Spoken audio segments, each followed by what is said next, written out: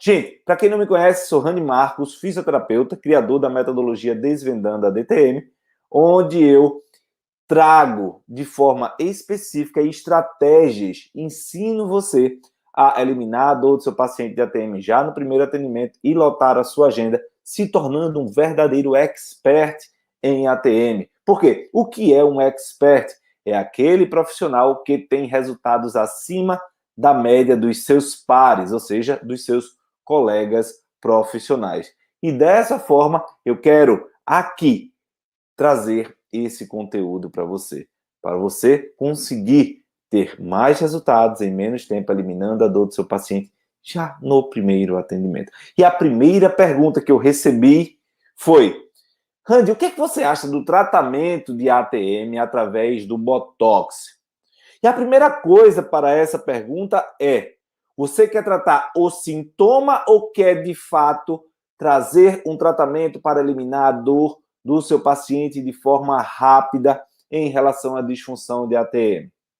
Se você quer se preocupar apenas em dar uma analgesia para o paciente sem se preocupar com a consequência, utiliza o Botox. O Botox ele é extremamente perigoso devido aos seus efeitos controversos, né? Seus efeitos contraindicações nesse sentido. Por quê? O Botox ele traz um efeito onde a toxina botulínica impede a passagem, né, a sinapse, vamos dizer assim, através do impedimento da acetilcolina, da função da acetilcolina, que é responsável para a contração muscular. Então, a partir do momento que você não tem essa acetilcolina, você começa a inibir a função dos seus fusos musculares, da sua contração muscular, do tônus muscular do seu paciente e, consequentemente, prejudicar a fisiologia muscular.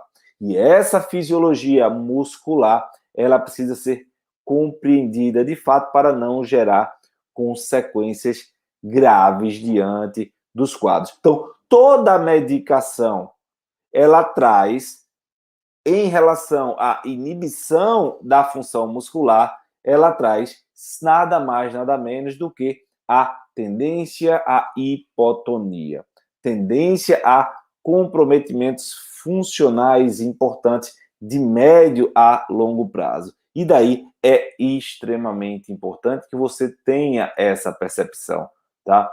Inclusive, porque nós temos a toxina botulínica relacionada até com perda de massa óssea da mandíbula quando utilizado em pacientes com disfunção de ATM.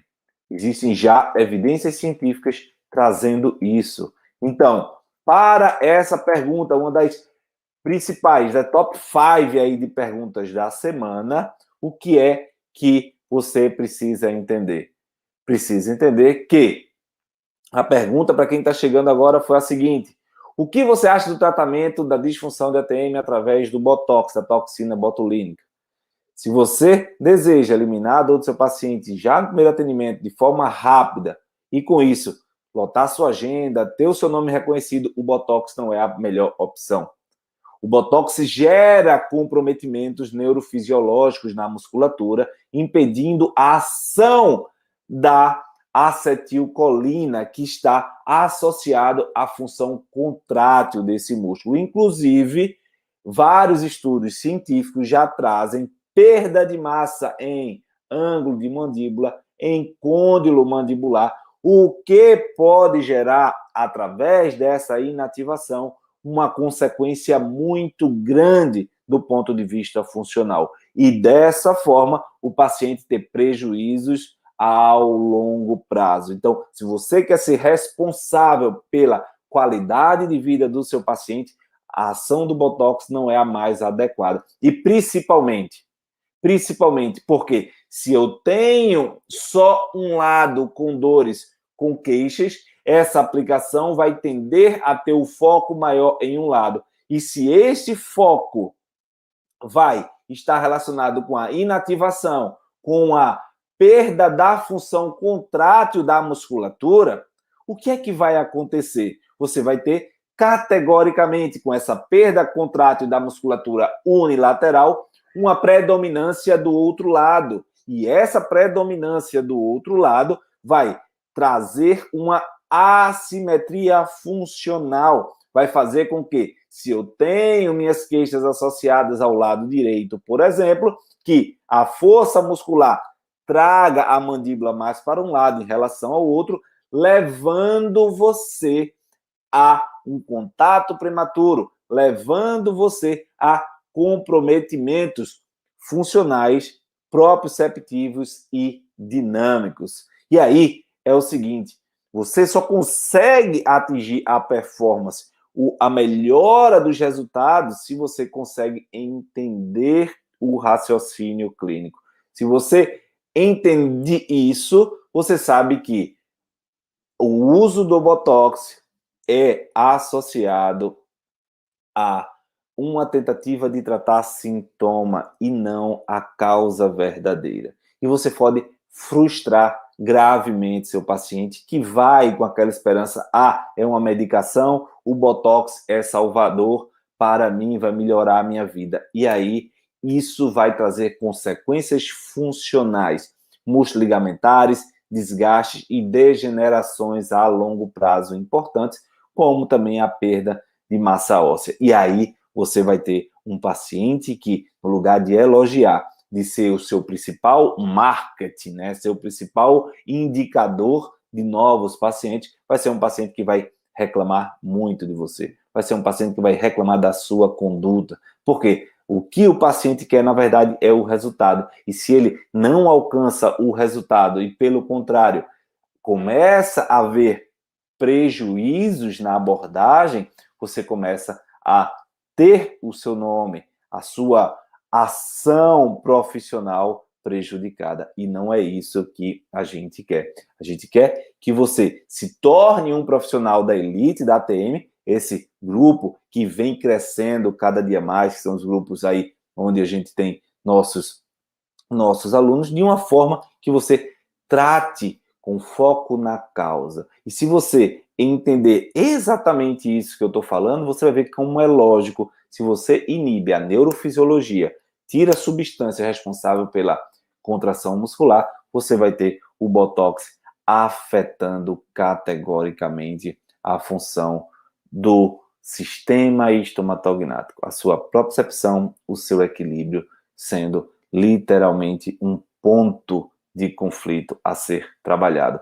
Vamos para a segunda pergunta. Qual a melhor forma de utilizar a placa mio-relaxante ou orientar o meu paciente com disfunção de ATM? Gente, qual a função da placa mio-relaxante? É fazer com que a sobrecarga da oclusão da arcada inferior com a arcada superior diminua o sofrimento dos músculos. Consequentemente, você tem um foco para a porção efetora, para aquele ponto que está visualmente levando a um sofrimento do sistema musculoesquelético, do sistema estomatognático. Se você colocar a placa nessa região onde a placa vai equilibrar o contato entre os dentes superiores e inferiores, diminuir a pressão de contato entre o dente e outro, você está trabalhando em assimetria de contato prematuro, você está trabalhando em propriocepção, em neurofisiológico. E dessa forma, você está reduzindo dentro de um sintoma, dentro de uma extremidade, um desequilíbrio que é de base. Então, se você deseja ter o seu paciente sem dor, eliminando a dor dele de forma rápida com disfunção de ATM, não é a melhor solução utilizar a placa de imediato. A placa é uma possibilidade terapêutica de manutenção dentro de um quadro onde o paciente já foi avaliado e tratado, melhorando as restrições funcionais do crânio, melhorando as alterações proprioceptivas musculares, os tônus musculares, melhorando todo o desequilíbrio crânio-cervical para aí sim, quando você moldar a placa, ela entrar dentro de um processo de manutenção do equilíbrio.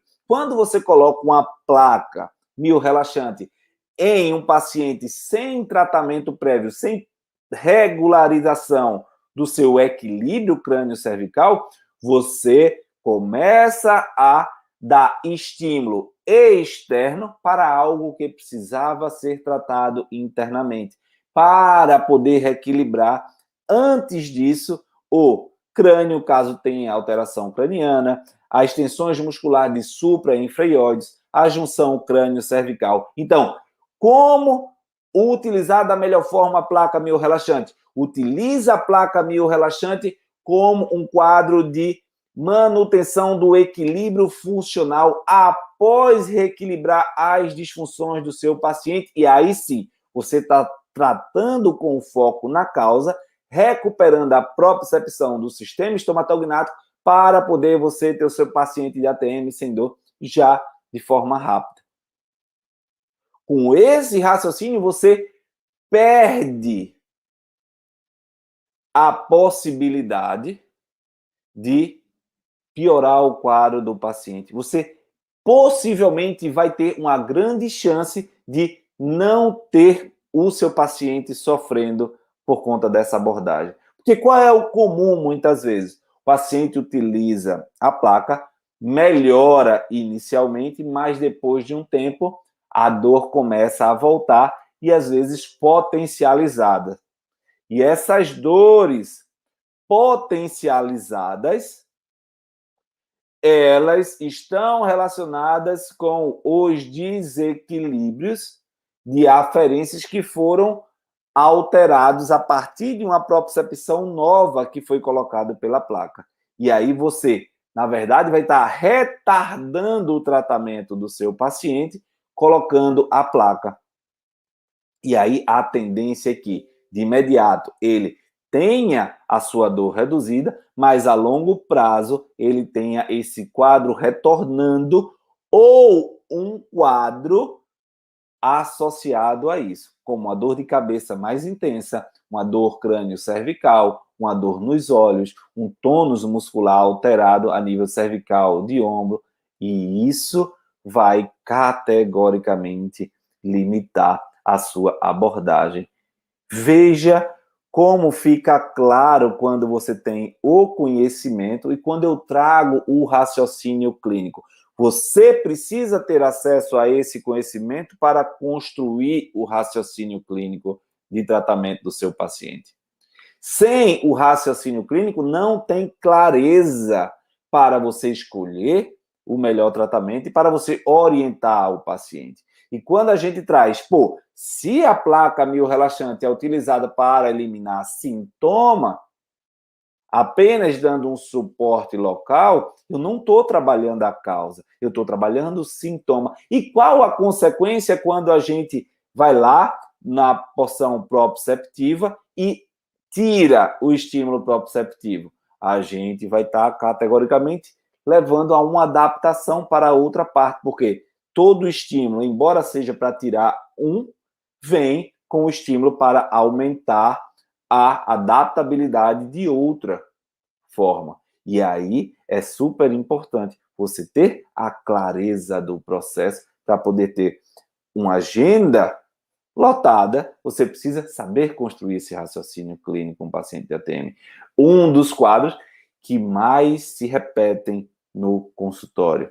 Paciente chegando com placa miorrelaxante sem ter necessidade da placa miorrelaxante de imediato. Ah, Randy, e ele não vai usar? Não, ele tem o momento de usar, mas ele precisa antes passar por um processo. Um dia desse, eu parei para sentar com o bucomaxilo, tá? Aqui de João Pessoa, onde esse bucomaxilo veio conversar comigo em relação aos pacientes dele, que ele tem me indicado alguns pacientes. E a queixa mais drástica dele é de colegas prescrevendo placas miorrelaxantes em tamanhos errados, placas miorrelaxantes de consistência errada, placas miorrelaxantes em usos indiscriminados, placas miorrelaxantes como um tratamento para a vida toda, ad eterno. E não é isso, gente. É uma forma de recuperação proprioceptiva e funcional, onde essa forma de recuperação proprioceptiva e funcional com a placa miorrelaxante vai dar melhor condição proprioceptiva e de equilíbrio do corpo do paciente. Agora, você precisa ter esse conhecimento para orientar e ajudar o seu paciente a não sofrer tanto, a não passar por tantos problemas. Porque literalmente eles passam devido a uma má condução do uso da placa miorrelaxante. E essa má condução está literalmente associada à falta de conhecimento, à falta da construção do raciocínio clínico. Só é parar e dizer, qual o efeito? O que é que eu quero com essa placa miorrelaxante? Opa, eu quero que ela melhore a tensão do músculo. Sim, como ela vai melhorar a tensão do músculo? Melhorando o contato, melhorando o estímulo neurofisiológico. Opa, aí eu estou querendo trabalhar na extremidade algo que pode ser apenas por um ajuste crânio-cervical, melhorando o contato arcada superior e inferior, ou uma melhora de posicionamento de maxila, ou uma melhora de posicionamento de temporal. Daí a importância de você ter o conhecimento, construir a história natural da doença, construir o raciocínio clínico específico para o paciente. E agora, a terceira pergunta foi uma pergunta que eu recebi via direct. Uma pessoa que não conhece, que não é meu aluno, que nada, e passou para mim. Randy, como você consegue ensinar online a tratar a disfunção de ATM? E aí, de forma simples, você aprende a tratar a disfunção de ATM de forma online, a eliminar a dor do paciente já no primeiro atendimento, a partir do momento que você entende que as técnicas para eliminar a dor do seu paciente de ATM, elas são simples.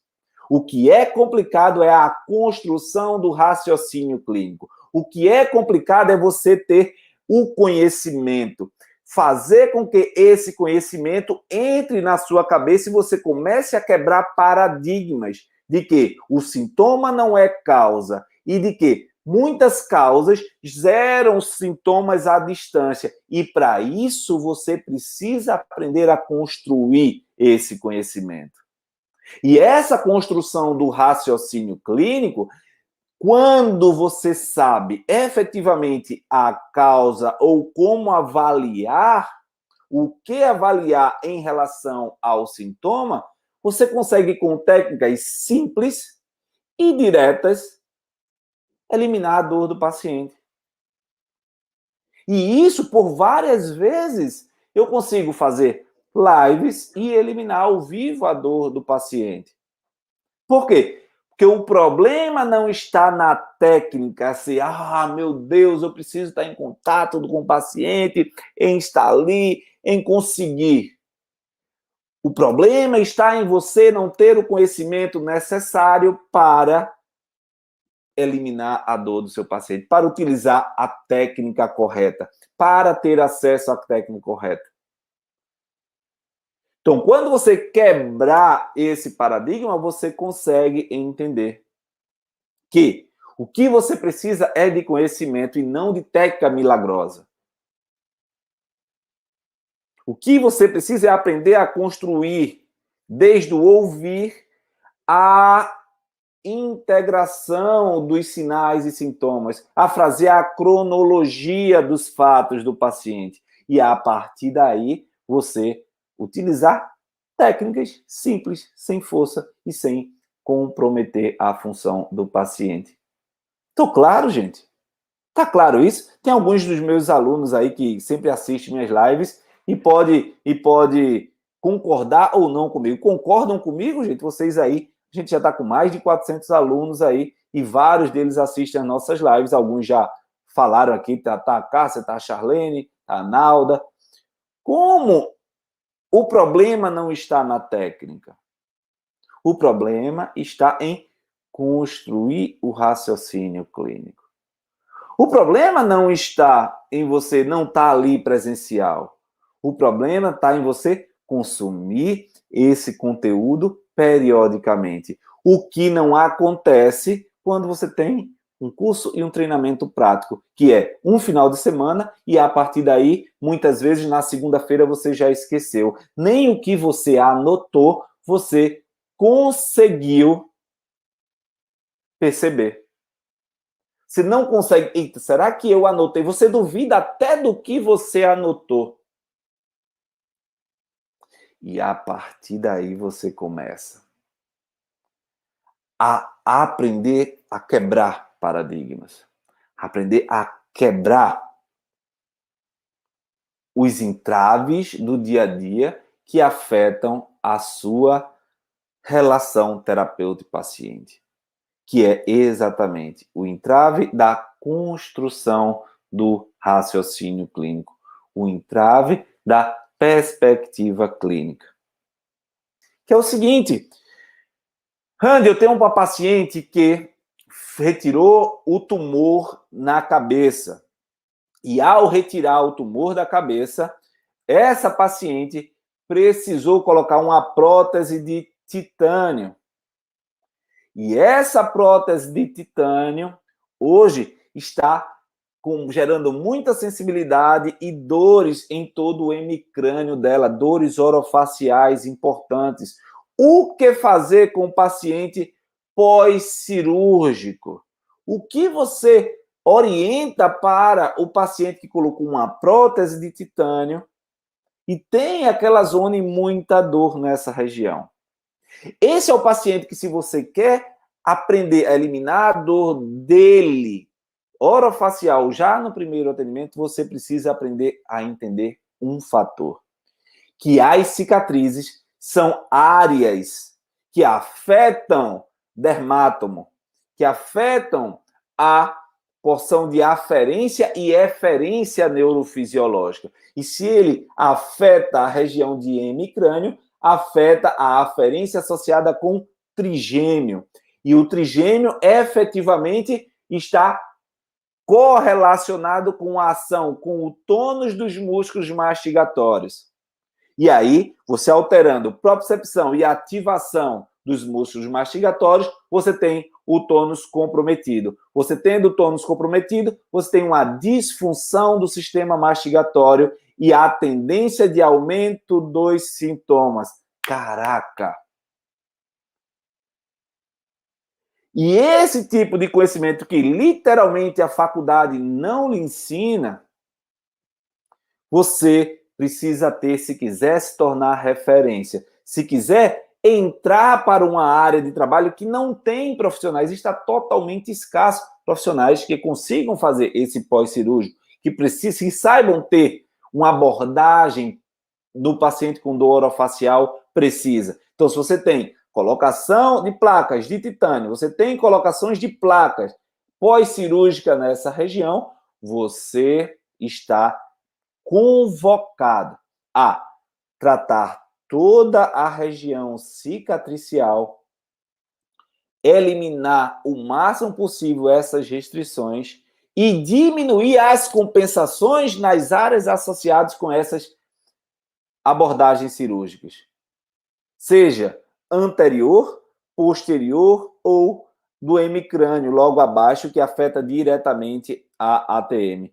E aí você passa a trabalhar a liberação miofacial dessa estrutura devido também à retração cicatricial. Então, melhora o ambiente neurofisiológico e depois foca dentro de uma perspectiva de recuperação miofacial e depois treinamento proprioceptivo e muscular para estimular bilateralmente essas estruturas, estimular tanto o lado direito como o lado esquerdo para diminuir a sobrecarga. Porque se eu tenho uma cirurgia, um comprometimento homolateral, eu tenho uma tendência de fechamento, tensão dessa articulação, enquanto essa vai mexer mais. Essa vai ter um sintoma de compressão e essa vai ter um sintoma de hipermobilidade, de muito movimento nessa região. Então, se você tem pacientes que vêm pós-cirúrgico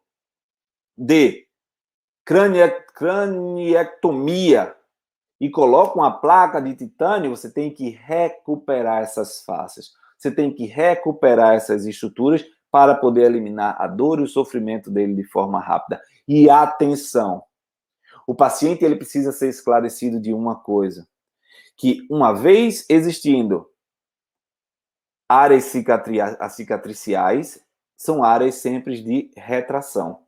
Por ser áreas sempre de retração, são áreas de extrema tendência à recidiva, de voltar a atenção. Então, é um paciente que tem que passar por um processo periódico de cuidado para que o sintoma não retorne. E aí é necessário um acompanhamento do ponto de vista decrescente, que ele vem com uma frequência maior, depois vai decrescendo, aumentando a distância entre as sessões, entre os tratamentos.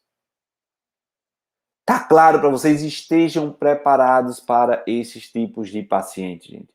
É muito comum hoje em dia, com o aumento do índice de câncer, né, de cabeça e pescoço, a gente poder ter esse tipo de paciente conosco, a gente poder receber esse tipo de paciente conosco. E se você precisa ter uma abordagem direcionada para eliminar a dor dele já de forma rápida, diminuir esse sofrimento e conduzi-lo para uma estratégia de tratamento eficaz, você precisa ter esse conhecimento.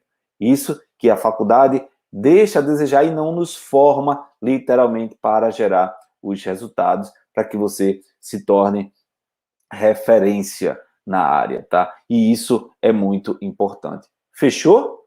Tranquilo? O Noel coloca aqui ao vivo uma pergunta. O que você acha da postura psicossocial para um diagnóstico mais integrado? É extremamente importante você, dentro da sua anamnese, avaliar as influências psicossociais no paciente de ATM se você quer ter a dor dele eliminada de forma rápida, porque você consegue entender se você tem uma alteração do sistema nervoso autônomo, uma alteração de função do sistema estomatognático, de uma função e hiperatividade desse sistema mastigatório exacerbado em relação ao que ele apresenta de sintoma. Então, a abordagem psicossocial é extremamente importante, principalmente para entender até que ponto um nível de estresse semelhante o outro paciente que você tem recebe e não tem dor. Para você avaliar se tem o paciente com qualquer outro tipo de disfunção e que termina sofrendo com outros problemas porque não tem e não recebe a clareza do diagnóstico mecânico também que afeta a recepção do estresse. Às vezes, você tem o estresse do sistema nervoso autonômico, simpaticotonia, o estresse do dia a dia, que não é absorvido pelo corpo de forma ideal. E aí, uma excelente escuta, uma excelente transmissão desses fatos com o raciocínio clínico para eliminar a dor do paciente de forma rápida, já no primeiro atendimento, é extremamente importante. É extremamente importante. Tá, querido? Extremamente importante. Excelente a sua pergunta para poder a gente esclarecer, tá? Muito bom, gente. Eu estou gostando desse conteúdo dessa forma. As top 5 perguntas da semana, trazendo e fazendo as lives com vocês, né? Perguntas de alunos, perguntas via direct, para poder, se são dúvidas de uma pessoa, pode ser dúvidas suas também. Se são ansiedades de uma pessoa, pode ser uma ansiedade sua também. E a gente, como formador, né, como mentor, precisa ter de forma clara essa missão. E aí eu tive esse insight em construir esse modelo de live para vocês aqui no intervalo do almoço, para que vocês possam iniciar o dia de atendimento de forma mais dinâmica e mais tranquila. Fechou? Acredito que está extremamente. Quem está gostando aí, aperta no coraçãozinho e comenta aí, hashtag tô adorando. Coloca quem está no YouTube, Facebook, aperta aí no like, tá? Para que a gente possa conduzir esse processo cada vez melhor. O feedback de vocês é extremamente importante para esse processo, tá? Gente, mais uma pergunta. Vamos lá. Essa é de alguém que, por conta da pandemia, está passando por dificuldades e quer uma dica minha, quer uma orientação minha profissional. E eu me senti extremamente sensibilizado, porque, pasme, muitos dos profissionais estão passando por isso e eu quero literalmente ajudar. Quero literalmente conduzir isso, tá? É o seguinte, a pergunta foi: Randy, não estou com condições de investir em nenhum curso de ATM, mas estou vendo muitos pacientes chegarem. O que é que você me indica? Primeiro, cara, se você quer eliminar a dor do seu paciente de ATM de forma rápida, já no primeiro atendimento, só tem um segredo: conhecimento. E esse conhecimento precisa estar bem claro na sua cabeça, para você não perder tempo e para você não prejudicar a saúde do seu paciente, uma vez que a ATM é uma região multifatorialmente afetada e que tem consequências na qualidade do sono, na mastigação, na respiração. E dentro dessa abordagem, você precisa ter e focar no conhecimento que gera resultado. Então, a primeira coisa, cara, consome tudo o que eu estou falando aqui no meu perfil. Consome todos os vídeos para te dar uma mínima clareza. Uma mínima clareza. Para que você já quebre paradigmas internos em você na forma de abordar o paciente. Porque se você minimamente já quebra isso, você começa a minimizar seus erros. Minimizando seus erros, você já começa a ser reconhecido pelo seu paciente. Minimizando seus erros e sendo reconhecido pelos seus pacientes, você começa a ter um número maior de pacientes, uma indicação maior de pacientes por esses outros que, de fato, vão lhe indicar. Agora, de forma clara, se você tem a consciência disso, que resultado gera resultado, a melhor forma é você pensar: quantos pacientes a mais no meu dia a dia clínico eu preciso para poder acessar um curso de qualidade que me dê todo o suporte? Ah, eu preciso de um curso, um paciente a mais, 2 pacientes a mais no mês para poder pagar uma parcela de um curso. O próprio curso da gente, nosso treinamento, que não tem vaga aberta, eu estou só trazendo para vocês. Ah, Randy, eu preciso só de um paciente, 2 pacientes, e aí eu consigo pagar a parcela. Pô, tu tem a possibilidade de parcelar várias vezes, muitas vezes, esse curso. E durante esse período você conseguir eliminar a dor do seu paciente já no primeiro atendimento, conseguir reconhecimento, conseguir o faturamento. Agora, tudo vai da sua dedicação, do foco que você coloca e que você não deixe as suas crenças limitantes, seus achismos de achar que você não é capaz de isso acontecer. Só para você ter noção, vários dos nossos alunos, com 2 meses, 3 meses, 4 meses no máximo, já pagam o nosso treinamento. Por conta de resultado, que consegue fechar pacotes de tratamento, e aí esses pacotes já conseguem solucionar minimamente o pagamento, ou seja, já não tem dívida e agora é pegar o conhecimento e avançar, explodir do ponto de vista de estratégia gerencial, estratégia promocional do seu trabalho, tá? Então, a dica é: avalie o quanto você precisa aumentar de atendimento e ver literalmente como isso vai poder repercutir no seu trabalho para que você possa investir. Agora, se você sempre colocar a culpa e a desculpa no dinheiro, na questão financeira, vai ser sempre uma dificuldade sua. Por quê? Não é por falta de problemas financeiros que muitos colegas crescem. Não, pelo contrário, todos que alcançam resultados altos estiveram já com histórias graves de problemas financeiros. Estiveram com a decisão entre faço um pagamento de uma conta ou invisto em um curso, mas preferiram investir num curso para poder ter o dinheiro a longo prazo e ter isso solucionado. Muitos, tenho alunos, inclusive uma delas estava até aí, pediu dinheiro a familiares, a mãe. Então, tudo depende do que você quer para você, do que você deseja para você. Então, enquanto a desculpa for só o dinheiro, sinceramente, isso é o mínimo.